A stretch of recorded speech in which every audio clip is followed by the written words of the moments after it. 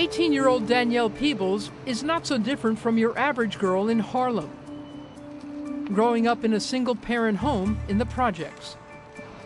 It may not look like so perfect, and I am in the ghetto, but whatever. There are several 100,000 girls like her living in similar conditions across New York City. Many have had their lives derailed by pregnancies, unemployment, dropping out of school, even drugs. But not Danielle. Tomorrow, she's moving up and out, going somewhere she never thought she'd go, to college. I feel so independent. I feel like I'm growing up so much. I'm going to college. I can't believe it. Danny Peebles is one of hundreds of girls from disadvantaged communities who have found a path to success through a group called Girls Incorporated of New York City. Girls Inc. gives the girls of New York a hand in developing the skills they need to survive and thrive. Their motto, inspiring all girls to be strong, smart, and bold.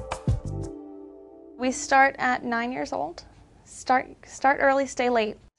Jennifer Weidenbaum oversees the educational programs that Girls Inc. offers, beginning in the 3rd grade and continuing all the way through high school. One thing that we know is that dosage matters. So if a girl comes in four times and she just comes to 4 sessions, she's going to leave with something positive. If she comes to 40 sessions, it's going to change her life. And you can see it happen. Girls Inc. hosts classes nearly every day during the school year at places like Central Park East Secondary School, Danny's school. This year was her last in the program.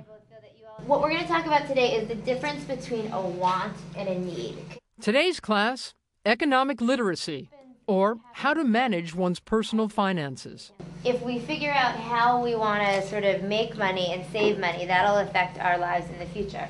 Because a lot of them were on public assistance and come from families that have been for generations, we show them an opportunity to become self-sufficient and get off public assistance. Dr. Pamela Moraldo is the executive director of Girls Inc. of New York City. Girls that go through our economic literacy program are much more likely to come off public assistance. So it has a profound effect on their lives.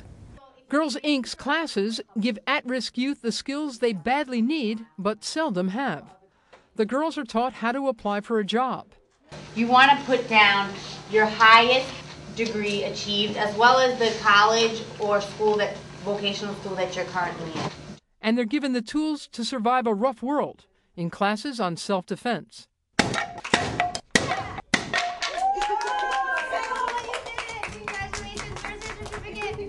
But for many of the girls around here, the real threat is often themselves. The pregnancy rate among teens in New York is nearly 50% higher than the national average, and the rate of HIV infection is the highest in the country. When thinking about different kinds of sexually transmitted diseases and infections, what are some ones that come to mind? Girls Inc. tackles these serious health issues head-on, often because parents won't do it on their own. We have the talk with them, which is an amazing experience to be a part of, that you help these families discuss topics that are so taboo. So we talk about puberty, and we talk about pregnancy, and we talk about their personal family values. We teach them how to talk to one another, because we have a lot of parents are like, what am I supposed to do? Or how do I talk about my getting a bra or shaving with my daughter? But the girls in the program aren't taught just to survive, but also to thrive. So they're pushed to go past their boundaries and fears, beyond what society expects of girls in general, and inner city girls in particular. Math and science, known as, the hard sciences, have always been considered to be scary things to girls, and they haven't really been encouraged to pursue them because they weren't traditionally things that girls were led to. Which is why Danny wasn't so sure when Girls Inc. suggested she join, of all things, the new Harlem robotics team. I hesitated to work with robots because I was like, I don't know anything about robots or technology, so I said, why not try something new? You never know.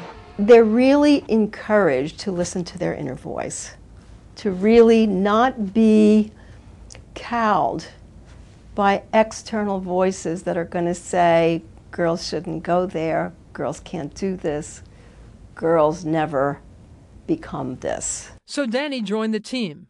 Her job? To build a robot that would be able to shoot basketballs. She was joined by fellow senior Naisha Sarita, who the Girls Inc. people were hoping to get on the right track. She wasn't going to school very often. She also started out hanging out with the high-risk crowd. And when she came into Girls Inc., started creating more positive relationships and kids who were making healthy choices. By the spring of senior year, the girls had become old pros, and not a moment too soon. It was time for the Interscholastic Championships, where the kids from Harlem would compete in a high-tech tournament of robot basketball against expert teams from across the world. The girls were undaunted. Being involved in Girls Inc., I learned that the quote, being strong, smart, and bold, I've used that in here. Still, neither Naisha nor Dani were ready for what was about to happen. The Harlem robotics team won. It felt like a movie, like a first-year team will win something like that, you know? Especially a school like mine, like doesn't get noticed for something like that, science and technology.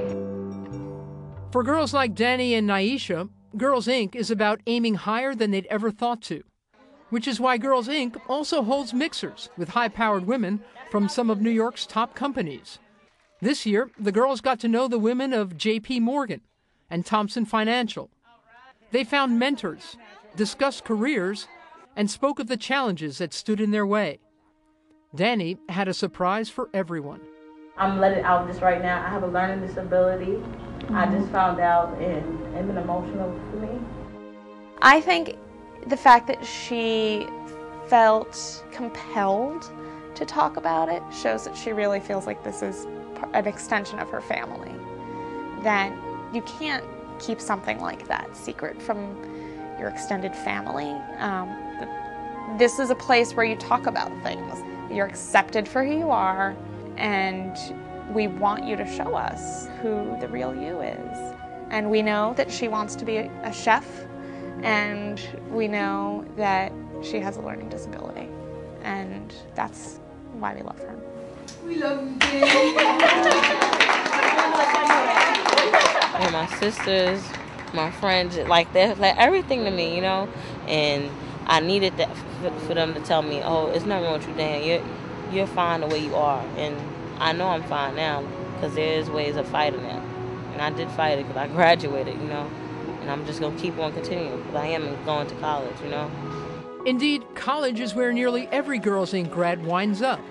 Years of training culminates here at graduation, where the young ladies receive a send-off before their next challenge. I'm going to Trinity University in Washington, D.C., Morgan State University in Maryland, Hofstra University. I got accepted to Lehman College, which I'll be attending in the fall. Penn State University. Scholarships are awarded and gifts given to every graduate to help them in their new lives. Girls Inc. calls it their college shower. The reason why the college shower came about is because staff members were hearing that the girls in the program were jealous of the peers in their neighborhood who were receiving baby showers at 15 and 16.